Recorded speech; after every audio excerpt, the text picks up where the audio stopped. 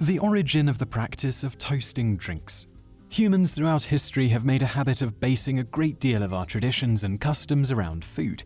The curious practice of raising our drink containers is one of the most ancient of these.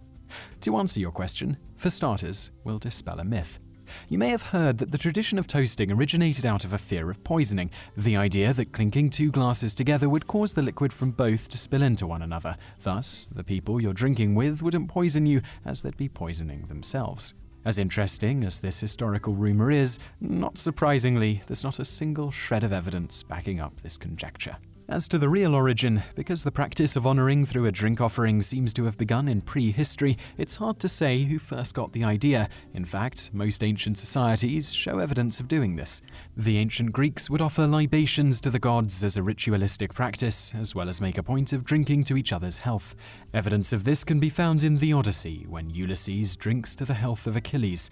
The Romans placed such an importance on drinking to health that at one point in time the Senate passed a decree that stated that all must drink to Emperor Augustus at every meal.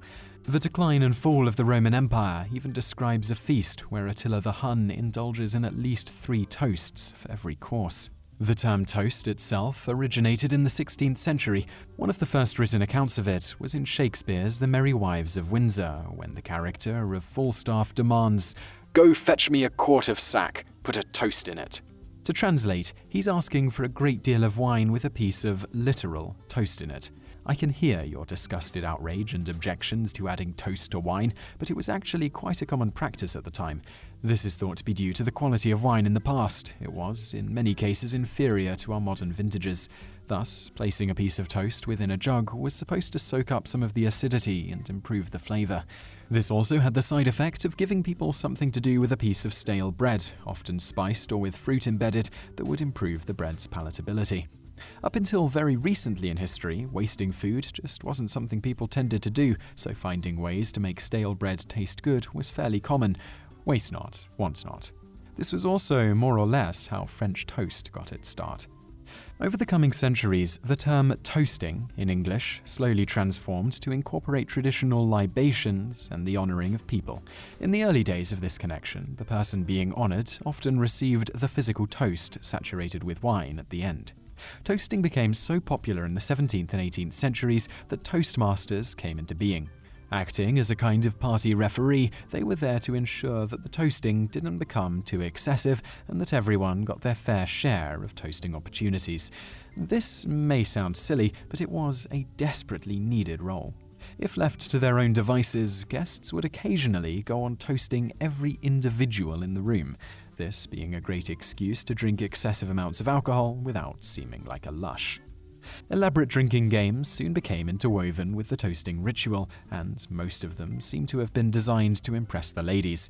One of the more charming examples of this involves a gentleman cutting himself, mixing the blood with his drink, and then toasting to the lady of his choice in order to prove his devotion. Shakespeare is, once again, our authority when it comes to this particular, early, bizarre toasting practice. In The Merchant of Venice, the King of Morocco talks of stabbing himself, and then he laments, "I stabbed my arm to drink her health, the more fool I, the more fool I." Another odd custom of the time involved toasting to a lady's beauty by drinking from her shoe. Unsurprisingly, the sheer excess of these practices and the drunkenness that often ensued led to anti-toasting clubs and movements.